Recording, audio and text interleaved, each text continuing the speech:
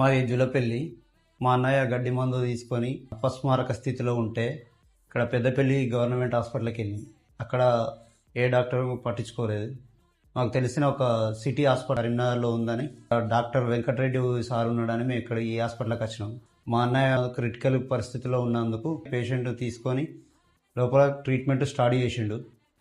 Treatment start చేసినాక ఒక 2 డేస్లకే బాగా ఎఫెక్ట్ అయిపోయి, మందు తాగినాక ఎఫెక్ట్ అయిపోయి కిడ్నీలో ప్రాబ్లం వచ్చిన వాళ్ళు డయాలసిస్ చేసిండు.